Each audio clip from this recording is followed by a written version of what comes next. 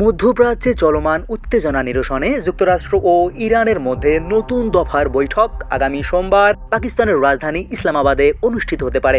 কয়েকজন উচ্চপদস্থ ইরানি কর্মকর্তার বরাতে এ তথ্য জানিয়েছে মার্কিন প্রভাবশালী গণমাধ্যম CNN। নাম প্রকাশে অনিচ্ছুক ওই কর্মকর্তারা জানান, আলোচনার জন্য দুই দেশের প্রতিনিধিদের আগামীকাল রোববারই ইসলামাবাদে পৌঁছানোর কথা রয়েছে। এর আগে ইসলামাবাদে অনুষ্ঠিত দুই দেশের মধ্যকার আলোচনা কোনো চুক্তি ছাড়াই শেষ হয়। দুই দেশের বর্তমান যুদ্ধবিরতির মেয়াদ শেষ হওয়ার আগেই এর নতুন দফার বৈঠক থেকে একটি দীর্ঘমেয়াদী সমাধানের পথ খোঁজা হবে বলে ধারণা করা হচ্ছে।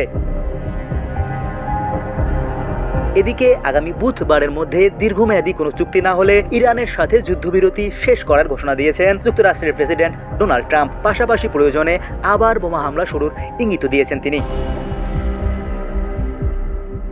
মার্কিন প্রেসিডেন্টের সরকারি উড়োজাহাজ এয়ার ফোর্স ওয়ানে সাংবাদিকদের সঙ্গে আলাপকালে ট্রাম্প এসব কথা বলেন। ট্রাম্প বলেন, আমি হয়তো এই যুদ্ধবিরতির মেয়াদ আর বাড়াবো না, তবে ইরানি বন্দরগুলোর উপর অবরোধ বজায় থাকবে। ফলে একদিকে অবরোধ থাকবে, অন্যদিকে দুর্ভাগ্যবশত আমাদের আবারও বোমা হামলা শুরু করতে হবে। এই উত্তেজনার মধ্যেই গুরুত্বপূর্ণ আন্তর্জাতিক জলপথ হরমুজ প্রণালী খুলে দিয়েছে ইরান। দেশটির পররাষ্ট্রমন্ত্রী আব্বাস আরাকচি জানান, ইসরায়েল লেবানন যুদ্ধবিরতির প্রেক্ষিতে প্রণালীটি সম্পূর্ণভাবে খোলা হয়েছে।